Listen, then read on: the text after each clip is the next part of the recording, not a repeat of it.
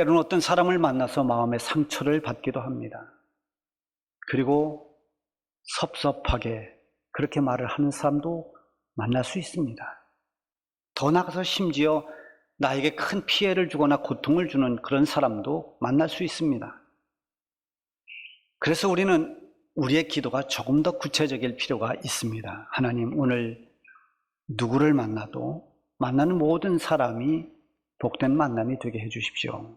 이것은 좋은 사람을 만나면 좋은 대로 기쁨이 되고, 또 그렇지 않은 사람을 만난다 하더라도 그 사람을 통해서 내가 좀 더 깨달을 수 있는 지혜를 주셔서 결코 내 마음에 상처가 되지 않게 해주십시오라는 그런 기도겠죠.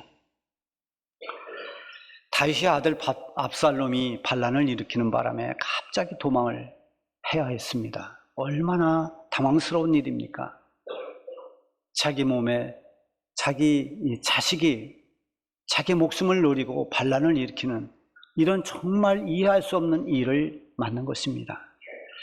그래서 황급하게 도망길에 올랐을 때 그때 그 주변에 많은 사람들의 진실과 허위가 드러납니다.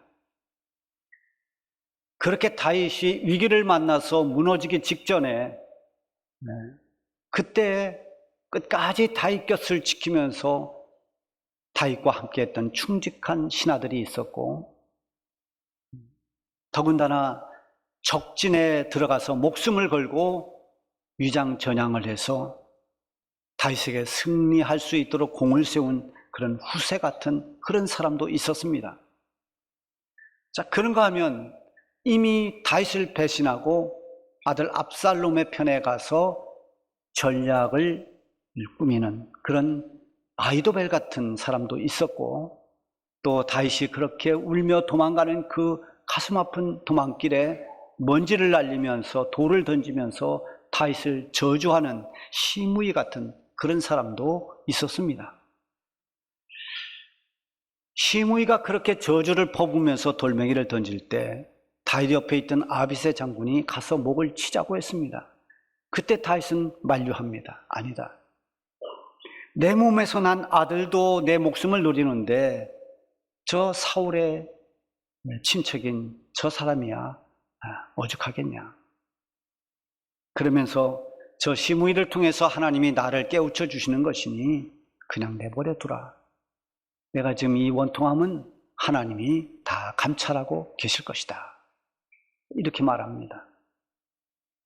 다윗이 이날 많은 사람들을 만났을 것입니다. 정말 좋은 그런 충성스러운 신하들, 그리고 시므이처럼 욕을 하고 저주를 퍼붓는 그런 사람도 만났습니다.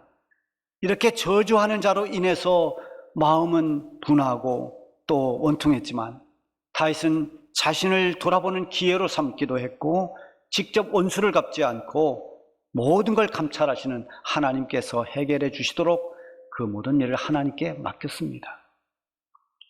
만남의 복이라고 하는 것은 좋은 사람뿐만이 아니라 나쁜 사람을 만났다 할지라도 그 일로 인해서 잠시는 내가 좀 속상하고 아픔이 있기도 하지만 오히려 그것이 결국 돌아보면 나에게 유익이 되고 나에게 좋은 결과로 돌아오는 이런 만남이 바로 만남의 복인 것입니다. 누구를 만나도 그 만남이 내게 복이 되는 거죠. 그러나 모든 만남이 이렇게 될 수는 없습니다. 살다 보면 잘못된 만남도 많습니다. 친구를 잘못 만나서 인생을 그르친 사람들도 너무너무 많고요. 또 이웃을 잘못 만나서 정말 불행한 삶을 사는 사람도 많이 있습니다. 그러므로 우리가 만남의 복을 위해 기도하는 것은 어쩌면 꼭 필요한 기도입니다. 누구와의 만남이 된다 하더라도 그 만남으로 인해서 감사가 되고 복이 되게 해달라고, 특히 영적으로 유익하게 해달라고 그렇게 기도해야 됩니다. 성경에 보면 예수님을 만난 사람들이 참 많이 나옵니다. 그 많은 사람들이 예수님을 만났지만 그 사람들이 다 예수님 만나서 은혜 받고 복을 받은 것은 아닙니다. 어떤 사람은 평생 예수님을 대적하고 미워하면서 그렇게 박해를 하다가 세상을 떠난 안타까운 사람들도 있습니다. 예수님이 나빠서가 아니라 예수님을 대하는 본인의 문제였습니다. 만남은 서로의 관계를 통해서 이루어집니다. 예수님과 만난 사람들이 예수님을 대하는 그런 태도가 다 달랐습니다. 바리새인이나 서기관 같은 사람들은 예수님을 아주 골치 아픈 사람으로 생각했습니다. 미움의 대상이었습니다. 율법을 파괴하는 골치 아픈 인물로 대했습니다. 그래서 늘 예수님을 향해서 욕을 하고 또 말하자면 예수님을 죽이려고 하고 이렇게 대적했던 거죠. 그런가 하면 일반 구경꾼들도 있었습니다.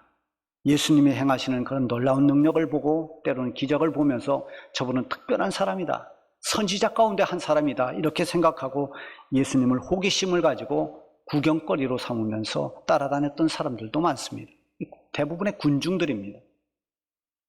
그런가 하면 정말 사모하는 마음을 가지고 또 목마른 심령으로 자기의 아픔이 있고 어떤 고통이 있을 때 그런 사람들이 정말 간절함으로 예수님을 대하고 만났습니다. 그 가운데는 예수님을 하나의 어떤 그 사랑을 실천하는, 너무나 불의한 세상에서 저분은 정말 사랑을 실천하는 그런 사랑의 실천과 모든 사람의 긍휼을 베푸는 그런 말하자면 고차원의 윤리 선생으로 예수님을 대한 사람들도 있습니다. 그런가 하면 어떤 환자들은 저분은 모든 병을 고칠 수 있는 치유의 능력을 가지고 있는 초인간적인 그런 힘을 가진 분이다 이런 생각을 하고 예수님을 따라다니는 사람들도 물론 있습니다. 그 가운데는 정말 예수님이야말로 하나님께서 약속해 주신 이 땅에 오실 메시아 그리스도라는 것을 믿고 따랐던 사람들도 있습니다. 예수님은 예수님을 만난 사람이 누구이든 간에 그가 처음에 어떤 생각으로 어떤 기대를 가지고 예수님을 만났던, 구경꾼이었던, 아니면 뭔가 병을 고치려고 했던, 아니면 그에게서 어떤 좋은 사상을 좀 얻어보려고 했던, 미움으로 대했던 이런 모든 사람들이 결국은 그 모든 사람들이 구원에 이르기를 주님은 원하셨습니다. 예수님이 이 사역하는 동안에 모든 가르쳤던 것들, 그리고 하나님 나라를 선포했던 것, 병자들을 고쳐주신 것, 이런 모든 사역들이 결국은 어디로 귀결되기를 바랬는가 하면 구원에 이른 대로 귀결되기를 바랬던 것입니다. 따라서 예수님의 병고침이 있은 후에 보면은 평안이 가라, 평안을 빌어주기도 하고 구원을 선포하기도 했습니다. 그래서 예수님과 이 만남이 복된 만남이 되려고 하면은 기적 그 자체만 머물러 있지 않고 그 기적을 넘어서서 구원에 이르는, 구원받는 여기에까지 이르는 복이 돼야 그게 진정한 예수님과의 만남의 복이 되는 것입니다. 오늘 본문에 보면 예수님께서 사마리아와 갈릴리 그 경계 지역을 이렇게 지나가시면서 한 마을로 들어가는데 그 마을 입구에서 10명의 나병 환자들을 만납니다. 이 나병 환자는 지금 말하면 한센병을 가진 사람들이죠. 이 환자들에게는 너무나 좋은 기회였습니다. 예수님을 만난다는 것이 그들에게는 정말 일생일대에 한 번 올 수 있는 그런 만남이었을 것입니다. 어찌 보면 우리 인생의 성공과 실패가 기회를 붙드는 것과 기회를 놓치는 것의 차이가 될 수도 있습니다. 특히 우리 영혼이 살 수 있는 기회, 구원받을 수 있는 기회를 놓치는 것은 일생에 있어서 최대의 어리석음입니다. 하나님을 거부하고 복음을 거절함으로써 구원받을 수 있는 기회를 저버리는 것, 이거 얼마나 안타까운 얘기입니까? 좋은 기회, 축복의 기회, 구원의 기회를 놓쳐버리는 것입니다. 자, 이 마을 어귀에 있던 나병 환자들은 지나가는 예수님을 향해서 이때가 기회라고 생각하고 힘껏 목청껏 예수님을 향해 소리를 쳤습니다. 예수 선생님이요, 우리를 긍휼히 여겨주십시오. 우리를 불쌍히 여겨주세요. 그 당시 사회적 통념으로는 이 나병 환자들은 누구도 불쌍히 여기지 않았습니다. 신으로부터 저주받은 병으로 생각했습니다. 그래서 성경에 보면 제자들이 저 사람은 누구의 잘못으로, 누구의 죄로 저렇게 됐습니까? 라고 묻는 그 질문하는 것을 보면은 이런 병은, 불치의 병들은 하나님의 어떤 저주를 받은, 또 죄값을 치르는 그런 눈으로 보았기 때문에 긍휼의 눈이 아니라 혐오의 대상으로 보았습니다. 그들은 이 나병 환자들을 가까이 오지 못하게 합니다. 만약에 가까이 접근하면 물러가라고 돌을 던집니다. 가족들에게까지도 외면당하고 쫓겨나야 됐습니다. 그런 나병 환자들이 자기들끼리 모여서 마을 옥이나 이런 데서 함께 모여서 살고 있었습니다. 오늘 본문에 나오는 이 10명의 나병 환자들도 마찬가지로 마을에서 떨어진 곳에서 그 마을로 들어가는 예수님을 만나고 그때 예수님을 향해서 소리를 지른 겁니다. 12절에 보면은 10명이 예수를 만났다고 그랬습니다. 그런데 이 만남은 굉장히 멀찍이서 예수님을 만난 겁니다. 1대1로 직접 만난 것이 아닙니다. 지나가는 예수님을 만난 것입니다. 그래도 그들은 그 만남을 기회로 삼고 멀리서 소리를 질렀습니다. 이미 그들은 소문을 들었을 것입니다. 자기들이 이런 불치의 병을 앓고 있기 때문에 예수님이 병을 고치는 분이다. 그분은 중풍병자도 고치셨고 손 마른 자도 펴셨고 또 귀신 들려 고통받는 사람들도 다 귀신을 쫓아내 주시고 못 고칠 병이 없는 그런 모든 병을 고치실 수 있는 그런 분이다라는 이야기를 이들도 이미 들었을 것입니다. 그래서 예수님을 향해서 우리를 불쌍히 여겨달라고 그렇게 소리쳤습니다. 누구도 그들을 불쌍히 여기지 않지만 예수님은 우리를 불쌍히 여길 것이라는 그런 기대를 가지고 힘껏 예수님을 향해 소리를 지른 것입니다. 예수님을 만나기 가장 좋은 사람들이, 사모하는 마음으로 주님을 찾는 사람들이 누군가 하면 학식이 많거나 문벌이 좋거나 가진 것이 많은 사람이 아닙니다. 오히려 심령이 가난한 사람, 긍휼이 필요한 사람, 나를 정말 낮출 수밖에 없는 그런 밑바닥으로 내려가 있는 사람들이 예수님을 목말라하고 사모하고 예수님을 찾기가 쉽습니다. 고린도전서 1장 26절에 보면은 형제들아 너희를 부르심을 보아라. 육체를 따라 지혜로운 자가 많지 아니하며 능한 자가 많지 아니하며 문벌 좋은 자가 많지 아니하도다. 하나님이 부르신 너희를 한번 가만히 봐라. 물론 문벌이 좋고 학벌이 좋고 또 집안이 좋고 건강하고 다 좋은 조건에 있는 사람들도 없는 것은 아니지만 대부분이 보면 이렇게 연약한 자들, 낮아진 자들, 심령이 가난할 수밖에 없는 이런 사람들이 아니냐라는 거죠. 하나님께서 어떤 사람을 택하고 부르실 때에 그가 예수님을 영접할 수 있도록 하기 위해서 겸허하게 합니다. 낮아짐의 상황을 만들어 주시기도 합니다. 교만한 자가 무너지게 하고, 그리고 자랑하던 자가 그 자랑에 부끄럽게 하고, 땅만 쳐다보던 사람이 위로 하나님을 볼 수 있도록, 하늘을 볼 수 있도록 그런 것들을 하나님 만들어 주십니다. 땅만 보고 사는 사람이라는 것은 세속에 깊이 빠져 있는 사람입니다. 전혀 위로 하나님을 의식하지 않고 사는 사람들입니다. 그저 세상에서 어떻게 하면 잘 살 수 있을까? 성공할 수 있을까? 행복할 수 있을까? 이것만 생각하며 살아가는 이런 사람들이 땅만 쳐다보고 사는 사람들입니다. 나병 환자들은 이 땅만 바라보며 살 수 없는, 땅에는 전혀 소망이 보이질 않습니다. 이 땅을 밟고 살아가는 동안 그들은 이 세상에 기대할 게 없습니다. 그러니까 그들은 쉽게 예수님을 찾을 수 있는 것입니다. 예수님을 목말라 한 것입니다. 위로 주님을 바라본 것입니다. 여러분, 욕 가운데 돼지 같은 놈 그러면 보통 살찐 사람들한테 하는 욕으로 이렇게 생각하는데, 실제 이 돼지 같은 놈 할 때 돼지는 이 몸 구조 자체가 하늘을 못 보게 돼 있다는 겁니다. 돼지가 고개를 들어 하늘을 쳐다보는 건 여러분 혹시 보셨습니까? 돼지는 하늘을 못 봅니다. 그저 땅만 쳐다보고 땅에 뭐 먹을 거 있나 해서 쿵쿵거리면서 먹을 걸 찾습니다. 그 세상 욕심에만 빠져 있는 그런 사람들을 말하는 거래요. 그 돼지의 몸이 어쩔 수 없이 그렇게 땅만 쳐다보게 돼 있는데, 이 돼지가 저 하늘을 바라볼 수 있는 방법은 딱 한 가지가 있답니다. 돼지를 뒤집어 버리는 겁니다. 돼지를 확 엎어놓으면 그때는 하늘을 봅니다. 여러분, 때로는 우리가 이 세상을 살면서 하나님 잊어버리고 그저 세상에 빠져서 땅만 쳐다보고 어떻게 하면 이 세상에 잘 살까? 이러고 있을 때 하나님께서 우리를 긍휼히 여기실 때, 우리를 부르실 때 우리를 뒤집어 놓습니다. 내가 가지고 있던 것을 잃어버리게 하고 내 건강을 잃게 만들고 완전히 우리로 하여금 모든 것을 무너지게, 엎어지게 하면 그때야 비로소 위로 계신 하나님을 쳐다봅니다. 영혼의 문제에 관심을 갖게 합니다. 여러분, 그래서 우리가 때로는 어떤 고난이 있을 때, 어려움이 있을 때 하나님을 보기가 훨씬 쉽습니다.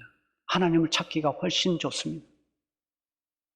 이 갈릴리와 사마리 경계길로 가고 있는 예수님을 수많은 사람들이 보고 그리고 만났지만은 이 10명의 나병 환자처럼 이렇게 절박하고 목마른 심령으로 주님을 부른 사람들이 얼마나 있을까요?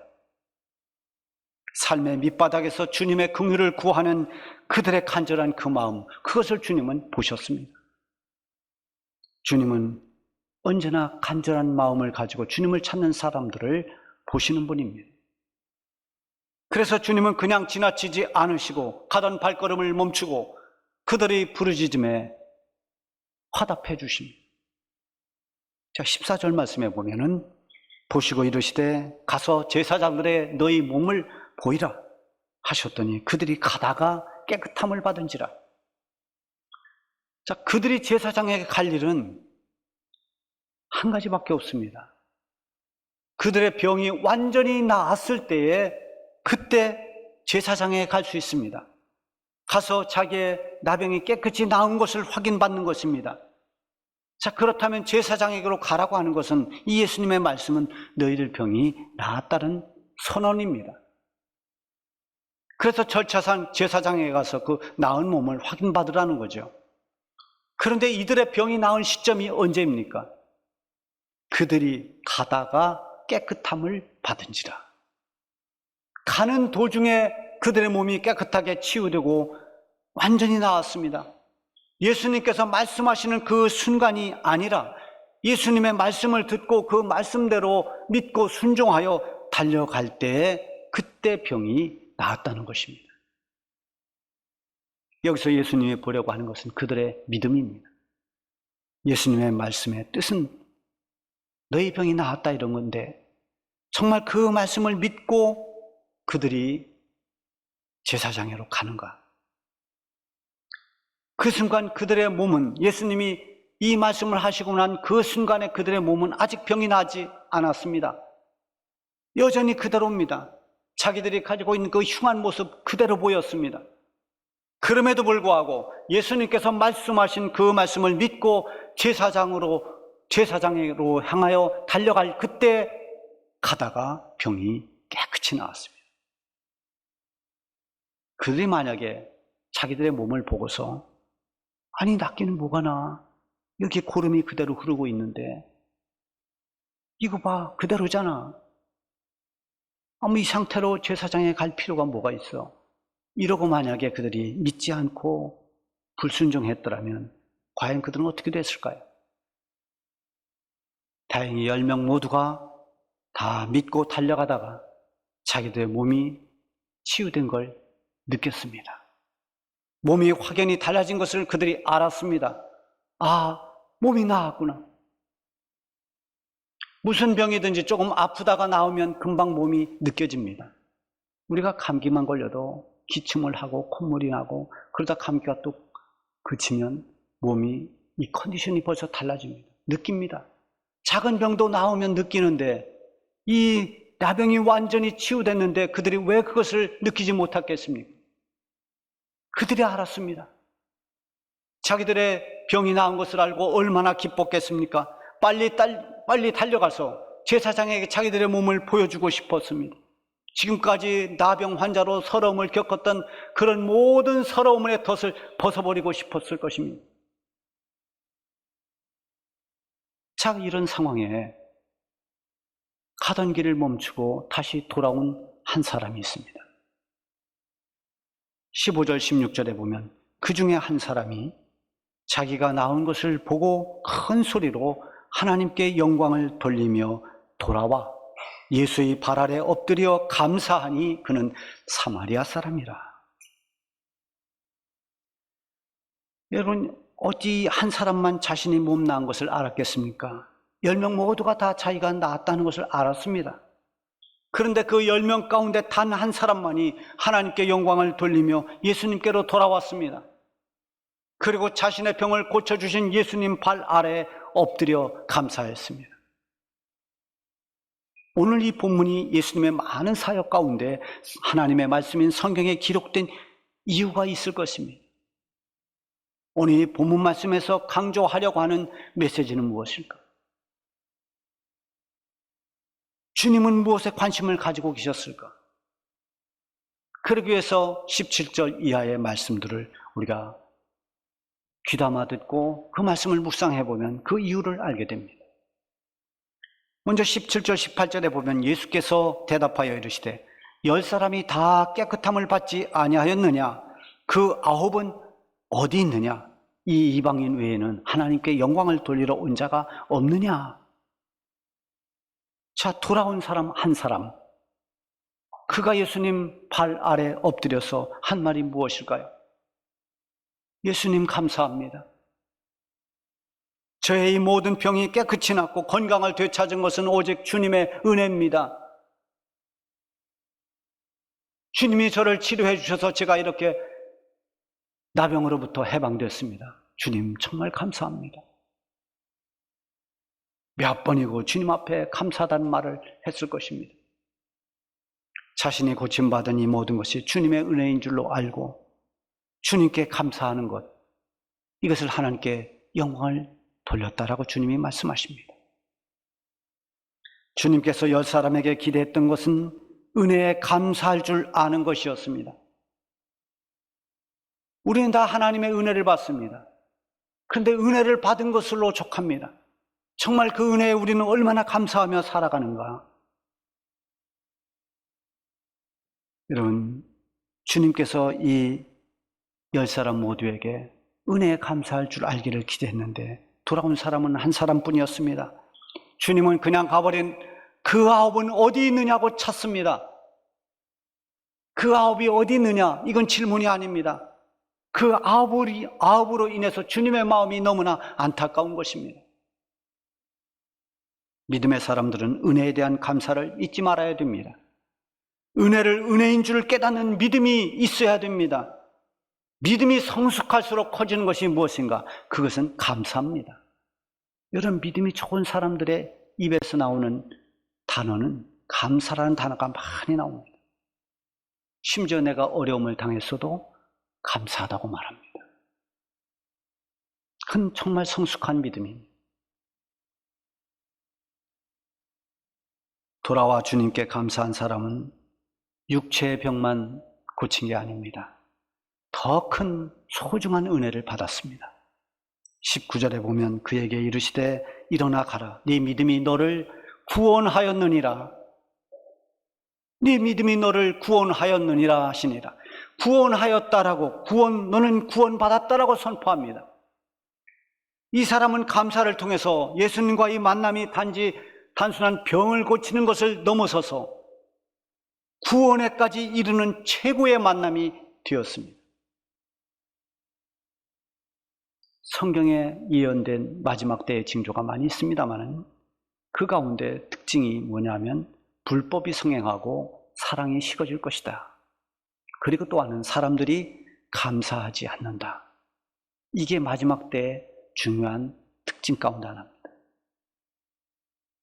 주님의 은혜, 부모님의 은혜, 스승의 은혜, 이런저런 살아가면서 많은 은혜를 당연시 여기고 감사할 줄 모르는 것은 고침을 받고도 감사를 잊은 이 9명과 다를 바가 없는 것입니다. 이달은 추수감사절로 시작했습니다.